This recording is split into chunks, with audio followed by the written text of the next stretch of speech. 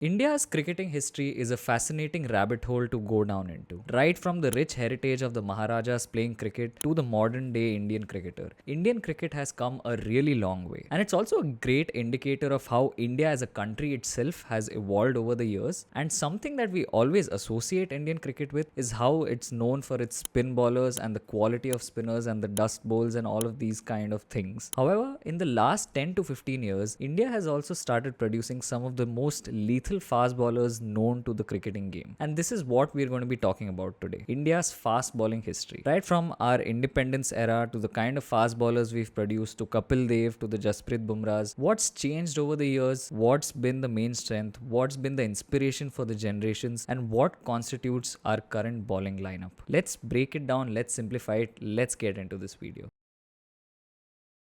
Now, of course, for the sake of some simplicity, I'm going to be taking India's most successful fast bowlers from each decade, and I'm going to be considering the time period from 1947 onwards because that's when we got independence, and that just makes things a little bit easier. Now, of course, the period from 1947 to 1977 was majorly dominated by Indian spin bowlers, and you'll also know the famous quartet of Venkatraghavan, Chandrasekhar, Prasanna, and Bishan Singh Bedi. These were the four spinners who formed that famous quartet, and you'll see a lot of test matches between 1957 and 1977 where it was mostly one of these bowlers coming up with a 5-4 or a 6-4 and getting India the win, be it at home or overseas. And you can also see this very clearly from the numbers. So here I have the numbers of wickets taken by different bowlers in each decade, and you'll see that the likes of Chandrasekhar and Venkatraghavan have started popping up here in the late 50s. And of course the bowlers highlighted here in yellow are the fast bowlers which we will eventually get into. But if you'll see, they're starting to have a bit of an impact here in 57 to 67, and then as you move from 67 to 77 you'll see that these four spinners are the ones who are topping the charts, and they've got an insane number of wickets together, which is 593 wickets in that decade alone. And that's why these guys are spoken of so highly all the time, is because they practically dominated cricket for India at that point. And of course in this era, if I don't mention someone like a Lala Amarnath, Vijay Hazare, I won't be doing justice to the history of Indian cricket, but that's a topic for another time. But do remember, these guys were all fast bowlers, medium pacers as well. And I think more famously in this era, you had Ramakant, Tiny Desai as they used to call him. He was one of those breakthrough Indian fast bowlers who didn't have a long career, but he had great impact. If you look here, he's got 72 wickets at a fairly decent average of 36. And more importantly, it was the West Indies series when India went to West Indies. A young Ramakant Desai was taunting the great West Indian batters. He would bowl very sharp bouncers, and that's what he was known for. That's why he got famous. Unfortunately though, he got sick later on and could not continue cricket after a point. He retired fairly early from first class cricket, only aged 29. But even in this decade, you'll see, not even a decade, in the few test matches that he played, he's bowled a decent number of overs, which is 888.5 overs. And I mean, his record stands out in all the bowlers. He was also the top wicket taker in that decade of 1957 to 1967. Now moving to 1977 to 1987, I think this decade of fast bowling for India was probably the cornerstone in the fast bowling department for India. You had Kapil Dev grab all of the limelight, and just look at his stats, right? This is the era where you had support for Kapil Dev as well. You had Karsan Ghavri, you had Chetan Sharma, you had Roger Binney and Madan Lal as well. But they sort of came into the picture slightly later, and you'll see that by the kind of domination there is over here. If you look at the numbers, Kapil Dev has got 315 wickets at an average of close to 29, and this is in the era where there were some of the best batters. A lot of matches were played in India and the pitches weren't necessarily helpful for the fast bowlers itself. And just look at the difference between Kapil Dev, who's topped the wickets for that decade, versus the one who's second, which is Ravi Shastri. Kapil Dev got 315 wickets, whereas Ravi Shastri got only 119 wickets. That is a huge difference. And even in the overs that you'll see, Kapil Dev has bowled 3000 plus overs, whereas the second in line, Ravi Shastri, has bowled just 2000 overs. Now, even if we ask someone like our dads or someone from that generation, they'll all tell you how Kapil Dev was an absolute workhorse. He would pick up the new ball, he would always generally get a wicket with the new ball, and he would bowl extremely long spells. There have been times when he's bowled 10 overs on the trot, and this was a fairly common occurrence. And I feel like Kapil Dev's contributions, especially the 83 World Cup win, but more so his inspiration to the next generation of fast bowlers, is probably his biggest contribution to Indian cricket. The next thing I want to talk about is obviously 1987 onwards, and I'm not going to talk about just this decade. I'm going to talk about 1987 to 2007-ish. That's 2 2 decades of cricket, India produced a lot of good fast bowlers during this period. And instead of India being the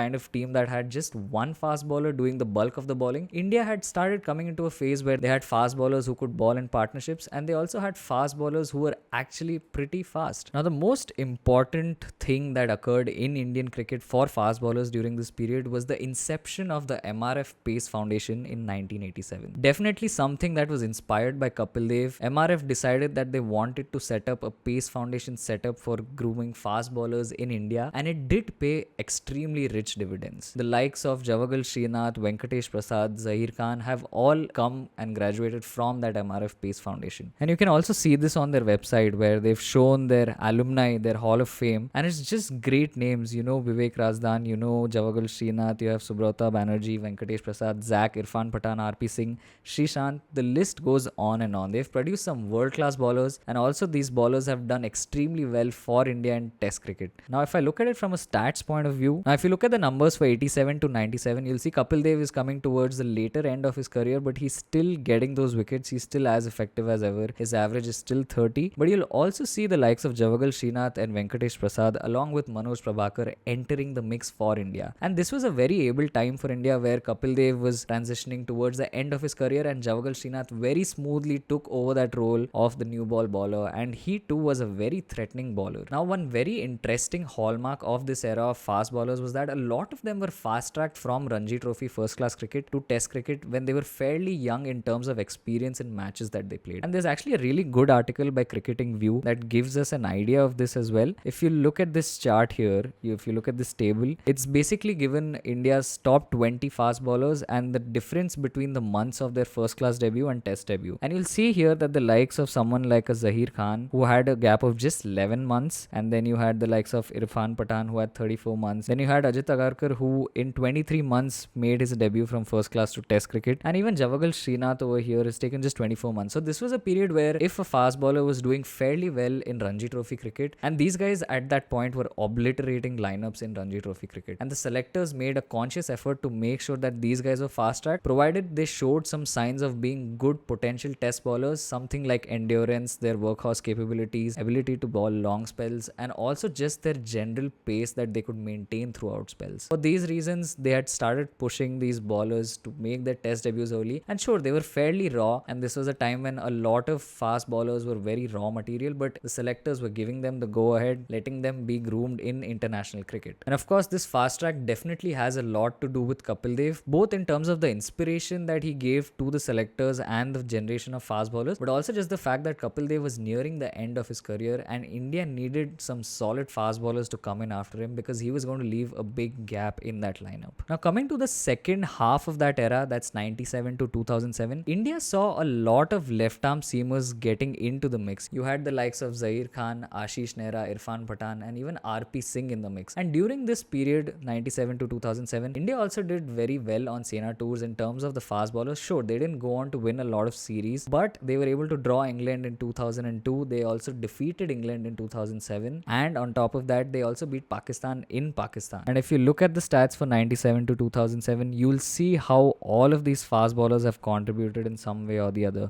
Apart from obviously Kumble and Harbhajan Singh getting a bulk of the wickets, next in line were all the fast bowlers, right from 3 to 4, 5, 6, 7, 8, 9. Next 6, 7 positions were captured by the fast bowlers in terms of the wickets they took. You had Zahir Khan, Javagal Srinath, you have Irfan Pathan, Ajit Agarkar, Srishant, Nehra, and Venkatesh Prasad towards the later end of his career. But yeah, this was a fairly good time for Indian cricket, and the fast bowling had definitely helped India get some wins, not just at home but also away from home. And generally here is where I would think the signs of fast bowlers in India, or India being able to produce consistently good fast bowlers, was starting to take shape. And the last thing to see here is also the fact that I also mentioned before, which is the MRF Pace Foundation's impact. If you'll see on this list, all of the bowlers who are highlighted are products of the MRF Pace Foundation. Another interesting thing here is that if you'll see the progress in terms of the wickets taken, averages, and strike rate, it's generally gotten better as the times have progressed, especially from the Kapil Dev era to the next set of fast bowlers like Zag, Javagal Srinath, Irfan Pathans. You'll see that, of course, in the Kapil Dev era, there was a bit of a domination by Kapil alone, which meant that the entire fast bowling lineup had their wickets swelled up. You have 545 wickets in that era. Then you have a slight slope where it goes down to 373. But then when you come back to 97 to 2007, you have the Indian fast bowlers taking 577 wickets at an average of 35 and a strike rate of 68, which was an improvement over all of the previous decades, barring the Kapil Dev era, of course. But yeah, in general, the trend was upwards. Now, the next decade is 2007 to 17, and this can be looked at two parts, actually almost three parts if we look at it from a captaincy point of view. But this was the era where a lot of Indian fast bowlers were coming towards the end of their careers. You had Zach, who was going to retire soon after the 2011 World Cup. You had RP Singh, who was out of the picture. You had the likes of Irfan Pathan also slowly fade away. You had the Lakshmipati Balajis also go away. Ajit Agarkar went away. A lot of these fast bowlers who we thought would play a little longer were starting to kind of get injured a lot or just losing out their form and going out of the picture, which meant that there was also an emergence of a new set of fast bowlers, the fast bowlers that I would like to say are the golden decade, or at least were the seeds to that golden decade of Indian fast bowling. You had Ishant Sharma come into the picture, and soon after you had him followed by Mohammad Shami, you had Umesh Yadav, and you also had Bhuvneshwar Kumar come into the mix. Of course, I'm also missing out on some bowlers like the Praveen Kumars and Joginder Sharmas, who played for some period of time, did fairly alright for India, but were not sustained for a long enough time. And although during this period India lost practically every overseas test series that they played, it was heartening to see that the selectors still persisted with this set of fast bowlers that they had probably decided to groom for a long period of time. And it eventually started to pay dividends. In 2014, Virat Kohli was given the captaincy in the Australia tour, and you could immediately see a switch in how India were operating. The fast bowlers were given a lot more freedom. Kohli was a lot more attacking with his fields, as opposed to Dhoni, who preferred to attack with spinners. Kohli was looking to attack with all of the fast bowlers. He was giving them the luxury to set fields how they wanted to, and most importantly, Kohli was ready to sacrifice one extra batter to play one extra bowler, especially in a place like England or Australia where India would usually just play three seamers and still want to play a spinner. Kohli was ready to play four fast bowlers who would come back at you relentless over after over after over. And if we also look at this era in terms of just a statistical point of view, of course you have Ravichandran Ashwin at top because he's got 304 wickets, but right after you'll see the likes of Ishant Sharma in the mix. You'll see Zach towards the later end of his career still getting a decent number of wickets, and you'll see how Umesh Yadav, Mohammad Shami and Bhuvneshwar Kumar have all crept into the picture and have done actually pretty alright. Now, another thing that worked in the favor of these bowlers working together is that all of them were slightly different. All of them had different strengths, and that meant that it was not a one-dimensional bowling lineup. You had Bhuvneshwar Kumar, who could swing the ball both ways with the new ball. You had Mohammad Shami and Umesh Yadav, who could get reverse swing, who would come into the later part of the innings and still get you wickets. And you had someone like an Ishant Sharma, who was tall, lanky customer, who would hit the deck hard and try and rattle batsmen. And of course, it's no secret that Ishant Sharma evidently had a career of two halves. So if that's something you want us to break down as well, we'd be more than happy to do it. Let us know in the comments down below, and the video will be there for you soon. And that brings us to the last decade, which is 2017 to the present day, where India have mostly played the fast bowlers under Kohli's captaincy and then transitioned fairly smoothly into Rohit Sharma's era. And I think this is the golden decade of Indian fast bowling, right? A little before 2017, when Kohli kind of took over around 2015-16, up until now, I think India's fast bowlers have absolutely dominated the circuit. And even statistically speaking, between 2018 and 2022, the Indian fast bowlers got 506 wickets between them, which was the most during this period for any country playing any kind of test cricket. Not only that, these fast bowlers averaged a whopping 23.96. And I think a big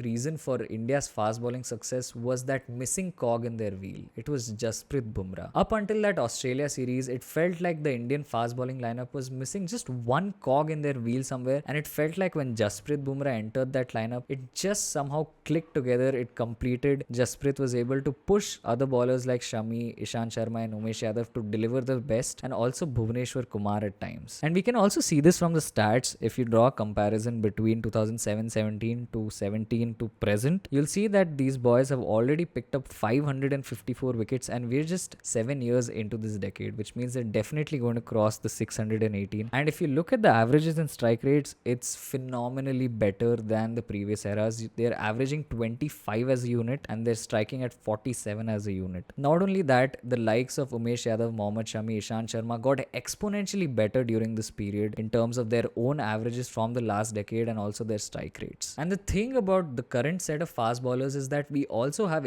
incredible bench strength. I haven't even started talking about Mohammad Siraj, Akashdeep, Mukesh Kumar, Navdeep Saini, Avesh Khan, and all of these bowlers who are still in our reserves. Someone like a Shardul Thakur, who I would not rate too highly, but he still gets wickets, has a decent record as is on display here as well. So yeah, I'd like to think that Indian cricket, Indian fast bowling is in great hands at the moment, but this definitely was the golden decade from 2014 to about 2023-24, especially under Kohli's captaincy. Now, of course, Kohli solely wasn't responsible for these fast bowlers going from A to B, but a lot of the work that had been put in right from the Kapil Devs to the Manoj Prabhakars and that entire MRF Pace Foundation era to the Zahir Khans, and just all of that culminating into this product, and Kohli being the enabler for these fast bowlers to go from good to great, is what Indian cricket's golden decade of fast bowling really is. So yeah, this has been our video. Let us know down below if you think that we've missed out on something that you'd like us to cover the next time. For more videos like this, for more stories about Indian cricket, Indian history, and just technical analysis as well, leave your comments down below, like, share, subscribe most definitely. And for more videos, stay tuned for Tuesdays and Fridays. That's when we upload our videos. And yeah, thanks for watching. Peace.